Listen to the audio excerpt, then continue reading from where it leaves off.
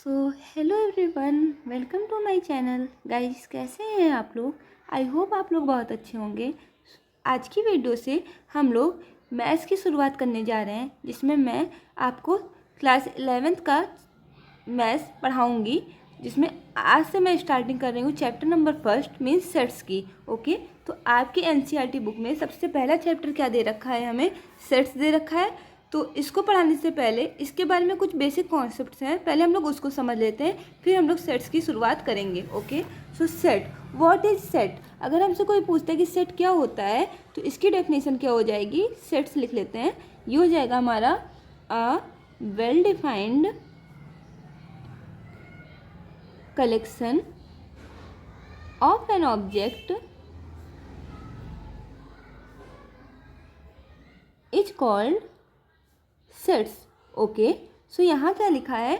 अ well defined collection means हमारा जो भी ऑब्जेक्ट होगा उसका जो कलेक्शन होगा वो वेल डिफाइंड होगा। अब ऑब्जेक्ट यहाँ पे किस सेंस में यूज हो रहा है? मीन्स हमारे कोई भी लिविंग थिंग और नॉन लिविंग थिंग जो भी हमारे होंगे उसी को हम लोग ऑब्जेक्ट कहेंगे। सो यहाँ पे ऑब्जेक्ट किस सेंस में यूज हुआ है?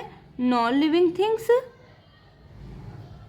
या फिर जो भी हमारे लिविंग थिंग्स होते हैं और लिविंग थिंग्स, उसका जो भी कलेक्शन हमारा बनेगा वो वेल डिफाइंड होना चाहिए, तो उसको हम लोग सेट्स कहेंगे।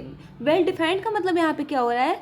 जैसे कि अगर हम लोग किसी भी चीज़ का आंसर अगर आपसे पूछते हैं या फिर दुनिया में रहने वाले किसी भी व्यक्ति से पूछते हैं, तो उसका जो आंसर होगा वो हमें सेम मिलेगा, मीन्स कुछ अलग नहीं मिलेगा। जैसे अगर हम आपसे मान लीजिए पूछ लेते हैं कि इंग्लिश में कौन कौन से वॉवेल्स होते हैं, तो आप भी हमको यही आंसर बताओगे कि A E I O U, और यही जवाब मैं अगर दुनिया में किसी भी व्यक्ति से पूछती हूँ तो उसका भी जवाब सेम ही होगा। तो ये हमारा क्या हो गया? वेल डिफाइंड हो गया। या फिर अगर मैं पूछती हूँ कि 10 से नीचे कितने हमारे इवन नेचुरल नंबर हैं, तो उसका भी जवाब आप लोग सेम दोगे कि 2 4 6 8 ऐसे करके। तो ये हमारा क्या हो गया? वेल डिफाइंड हो गया। ओके, बट अगर मान लीजिए मैं किसी से पूछती हूँ कि दुनिया में सबसे सुंदर लोगों की गिनती बताओ या दुनिया में सबसे सुंदर लोगों का नाम बताओ, तो हो सकता हो आपके लिए जो पर्सन सुंदर है वो सामने वाले के लिए सुंदर ना हो, या फिर हो सकता हो सबका जवाब इसमें अलग अलग होगा, तो वो हमारा वेल डिफाइंड नहीं होगा, मीन्स वो हमारा सेट्स नहीं होगा। बट वो जवाब जो कि सबके लिए सेम होगा वो हमारा क्या हो जाएगा? वेल डिफाइंड हो जाएगा। ओके, तो सेट्स को पहले हम लोग दो भागों में डिवाइड कर लेते हैं। सेट्स हमारे दो टाइप के होते हैं। सो टाइप्स ऑफ सेट में क्या लिखेंगे? Types of sets. तो देखिए गाइस, सेट्स को हम लोग दो तरीके से डिजाइन करते हैं। पहला हमारा होता है रोस्टर फॉर्म एंड सेकंड हमारा क्या होता है? Set builder form. ओके, और रोस्टर फॉर्म को ही हम लोग टेबुलर फॉर्म से भी जानते हैं। सो इसका एक अलग नाम भी है। क्या है वो? Tabular form. Okay, so what is roster form and what is set builder form? तो रोस्टर फॉर्म क्या होता है? जब भी जैसे हमें मान लीजिए कोई कहता है कि इंग्लिश के अल्फ़ाबेट बताओ, तो जिस चीज़ को हम लोग कर्ली ब्रैकेट, ये हमारा होता है कर्ली ब्रैकेट, इसके अंदर कॉमा लगा के लिख सकते हैं। जैसे कि अगर मान लीजिए वॉवेल्स हमारे कौन कौन से होते हैं? A E I O U। अब इसके अलावा तो कोई भी हमारा वॉवेल्स नहीं है ना, तो जो भी हमारे ये होते हैं इसको अगर हम कॉमा लगा के कर्ली ब्रैकेट के अंदर लिख दे तो वो हमारा किस फॉर्म में बन जाएगा? रोस्टर फॉर्म में। मतलब किसी भी चीज़ को जिसको हम लोग कर्ली ब्रैकेट में कॉमा लगा के लिख सके वो हमारा हो जाएगा roster form. And set builder form क्या होता है? ऐसे सेट्स जिसको हम लोग लैंग्वेज फॉर्म में लिखते हैं। मीन्स अगर मान लीजिए हमसे कहा जाए कि इवन नेचुरल नंबर लिखो, इवन नेचुरल नंबर लिखो जो कि हमारे 10 से नीचे हैं, तो हम लोग किस तरीके से लिख सकते हैं? जैसे ये x such that x belongs to n, means x जो है हमारा नेचुरल नंबर से बिलोंग करना चाहिए, where x is equal to 2n। देखिए 2n जो होता है हमारा इवन नेचुरल नंबर होता है, और where n belongs to natural number. अब देखिए यहाँ पे n की वैल्यू का हम लोग 1 रखेंगे, नेचुरल नंबर हमें चाहिए तो 1 रखेंगे, तो 1 2 जा 2, और यहाँ पे अगर n की वैल्यू 2 रखते हैं तो 2 2 जा 4, मीन्स ये सब हमारे कौन से हैं? Even natural number. सो ये हमारा सेट बिल्डर फॉर्म में इस तरीके से लिखा जाएगा, रोस्टर फॉर्म में इस तरीके से लिखा जाएगा। इसी को हम लोग सेट्स कहते हैं। ओके, अब यहाँ तक समझने के बाद हम लोग इसकी एक्सरसाइज शुरू करते हैं। और एक्सरसाइज शुरू करने से पहले इसमें कुछ सिम्बल्स होते हैं, एक बार हम लोग उसकी तरफ भी देख लेते हैं, उसके बाद इसकी एक्सरसाइज शुरू करेंगे। So guys, set builder form या फिर रोस्टर फॉर्म को हमने समझ लिया। अब हम लोग सेट्स में कुछ बेसिक सिंबल्स हैं जो कि हर जगह पे यूज होंगे, तो एक बार उसके बारे में नॉलेज ले लेते हैं, फिर हम लोग इसके एक्सरसाइज को शुरू करेंगे। सो सबसे पहला हमारा ये सिंबल है। इस सिंबल को हम लोग इम्प्लाइज नाम से जानते हैं। ओके, ये आपको लर्न होना चाहिए। इस सिंबल को हम लोग इम्प्लाइज कहेंगे।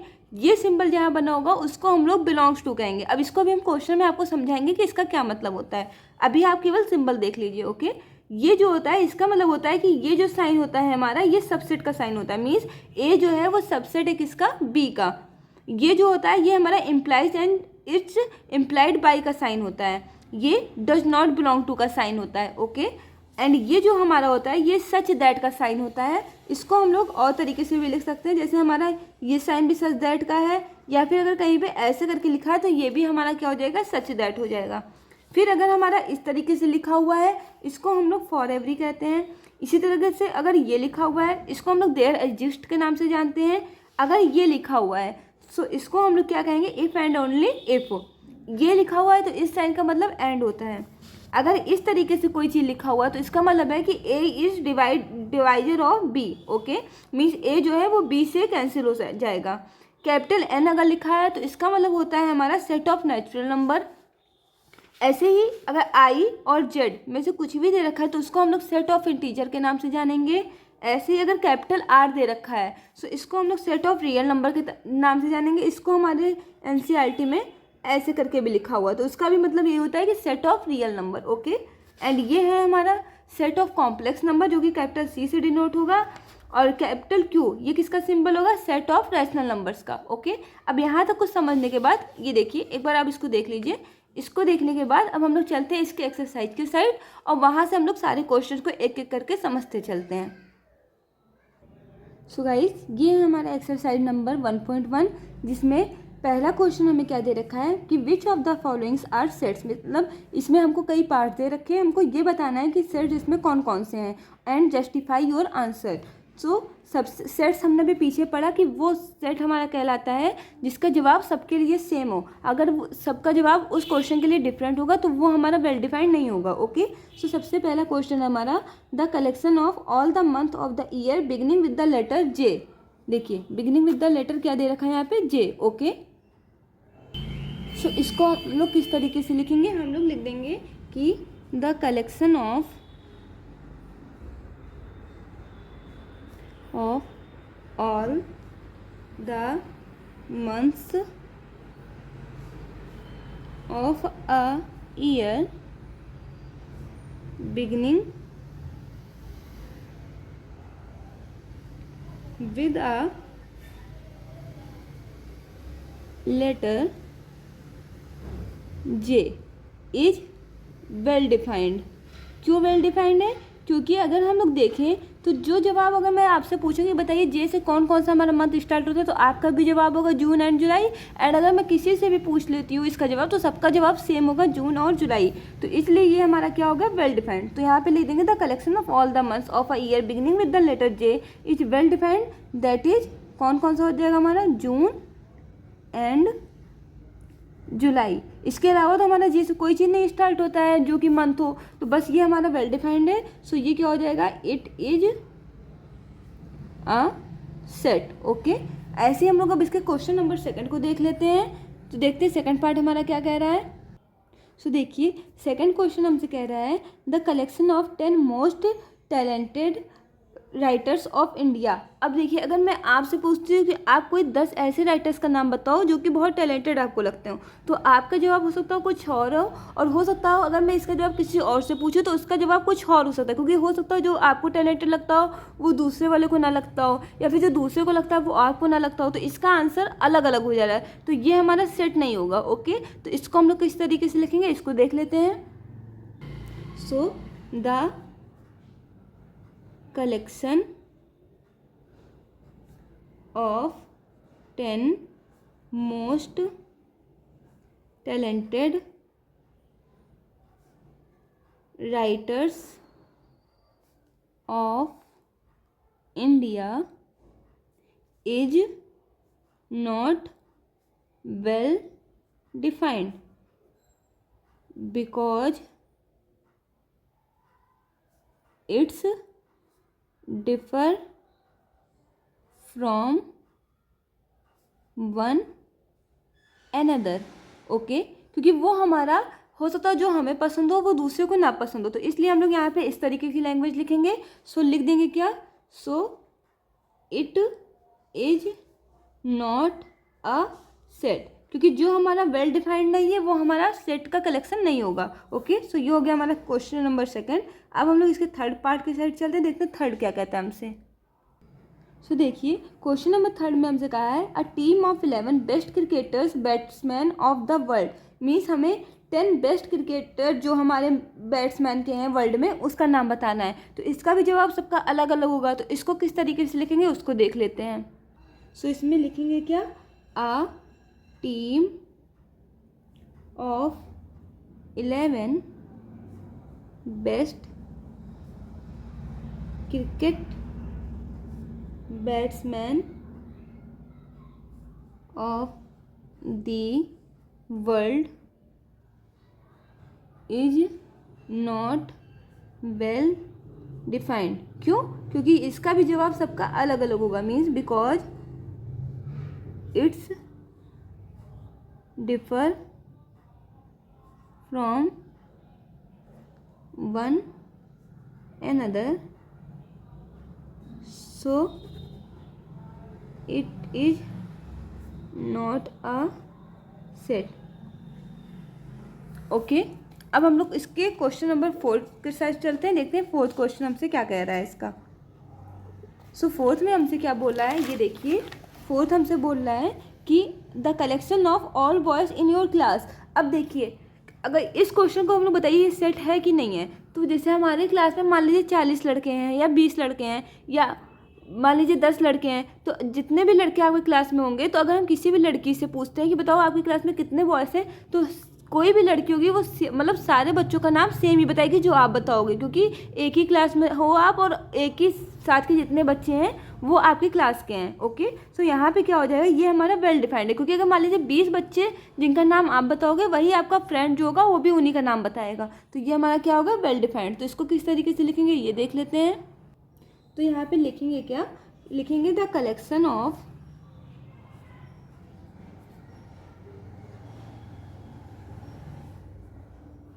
all boys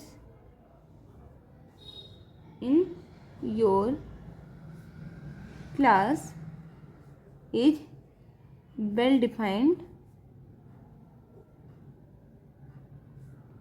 because its answer is same। इसका आंसर हमारा सेम होगा सबसे, तो यहाँ पे क्या लिख देंगे, so it is a collection of sets. Okay, now question number 5 को देखते हैं कि 5 क्वेश्चन हमसे क्या कह रहा है। तो ये देखिए, क्वेश्चन नंबर 5 में हमसे क्या बोला है, the collection of all natural number less than 100। अब देखिए, collection of all natural number less than 100, तो हमको पता है कि हमारा जो नेचुरल नंबर है उसकी स्टार्टिंग कहाँ से होती है, 1 से, एंड 1 से कहाँ तक हमारा जाता है नेचुरल नंबर, इनफाइनाइट तक। बट हमसे अगर लेस देन 100 कह रहा है, तो इसका मतलब ये है कि 100 से नीचे जितने भी नंबर होंगे और 1 से ऊपर, वो अगर मैं आपसे पूछूं या फिर दुनिया में किसी से भी पूछूं, तो सबका आंसर सेम होगा कि सेम नेचुरल नंबर, वो भी 1 से 99 तक बताएगा, आप भी बताओगे। तो ये हमारा क्या हो गया, ये वेल डिफाइंड हो गया। तो इसको किस तरीके से लिखेंगे ये देख लेते हैं। सो लिखेंगे क्या, the collection of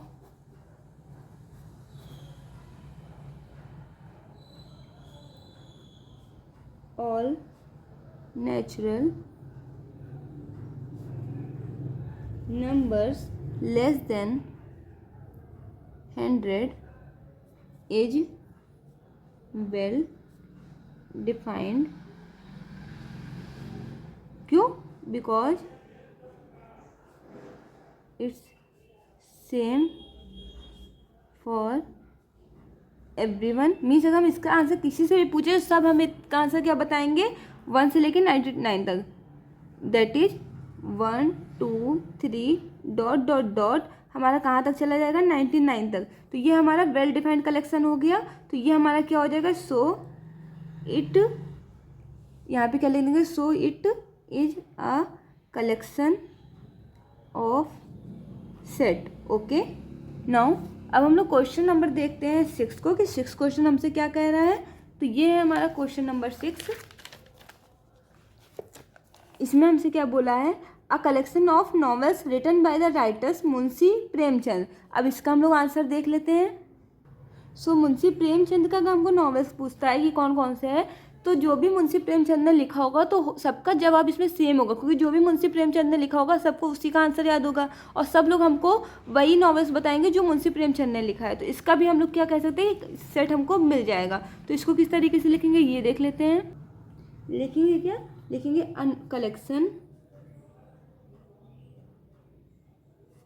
of novels written by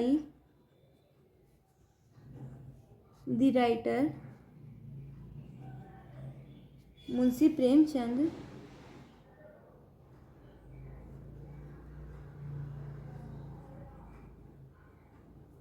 is well defined. Means सब लोग सेम आंसर ही बताएंगे उस नॉवेल का, तो इसीलिए ये हमारा वेल डिफाइंड हो गया। सो ये हमारा कलेक्शन ऑफ सेट हो गया। So it is a collection of set. Okay, now question number 7 देखते हैं। क्वेश्चन नंबर 7 क्या कहा है हमसे। क्वेश्चन नंबर 7 में हमसे बोला है the collection of all even integers. Okay, so collection of all even integers, ये भी हमारा सबके लिए सेम ही होगा। जो भी आप बताओगे वही हो सकता है, जो हम सामने वाले से पूछे तो वो भी हमको इवन इंटीजर सेम बताएगा। क्या क्या चीज़, 2, 4, 6 या फिर -2, -4, -6, -8 ऐसे। तो ये हमारा ए भी सेट हो जाएगा। इसको किस तरीके से लिखेंगे। सो क्वेश्चन नंबर 7, इसमें हम लोग क्या लिख सकते हैं, लिखेंगे द कलेक्शन ऑफ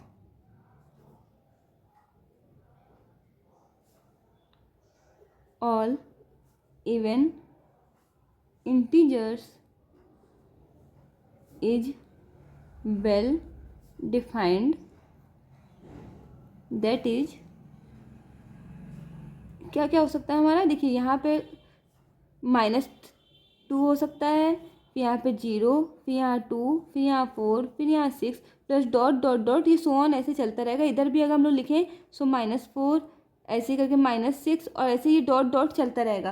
तो ये हमारा क्या है, ये हमारा इवन इंटीजर है जो कि वेल डिफाइंड है। तो इसको हम लोग क्या ले देंगे, so it is collection of sets.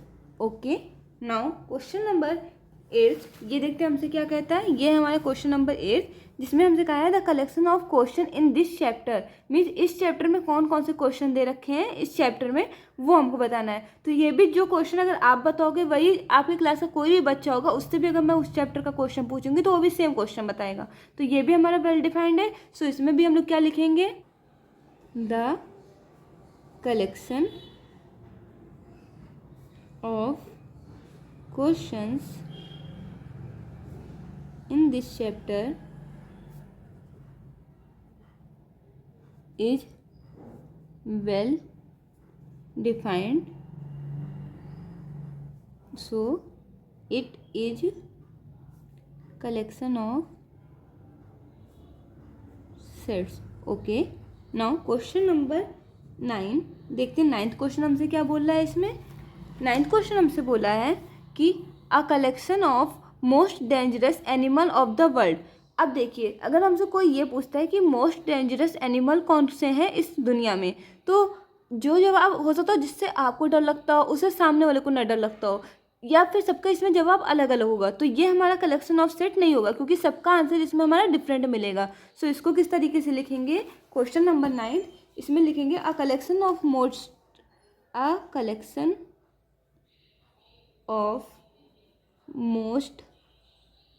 Dangerous animals of the world is not well defined, क्योंकि सबका आंसर इसमें डिफरेंट आने वाला है। So a collection of most dangerous animals of the world is not well defined, so because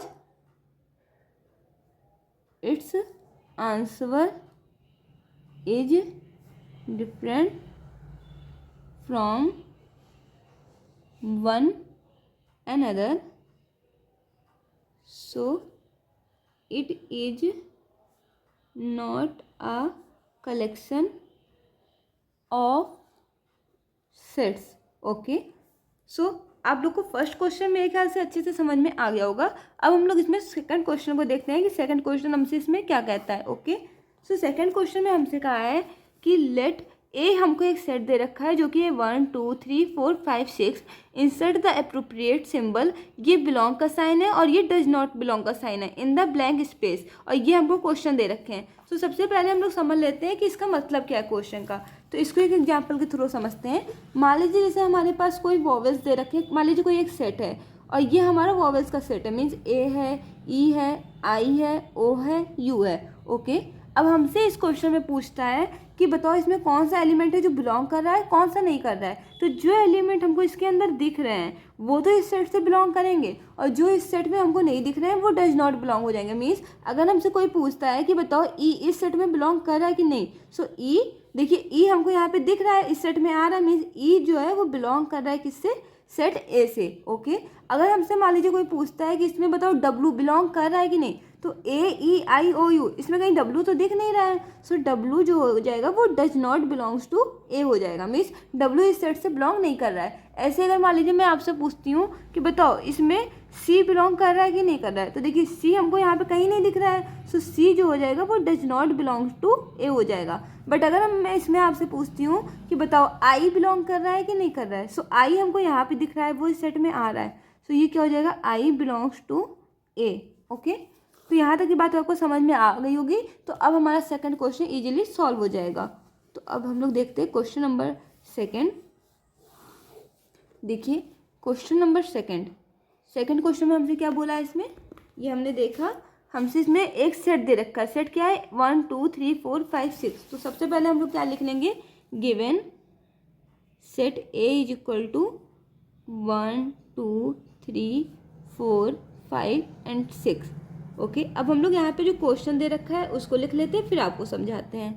ये हो जाएगा third, ये हो जाएगा फोर्थ, ये हो जाएगा 5 और ये हो जाएगा लास्ट हमारा 6। ओके, सो फर्स्ट क्वेश्चन देखिए हमको क्या दे रखा है यहाँ पे। फर्स्ट क्वेश्चन में हमें दे रखा है 5, फिर यहाँ पे ब्लैंक का साइन है, यहाँ पे ए है।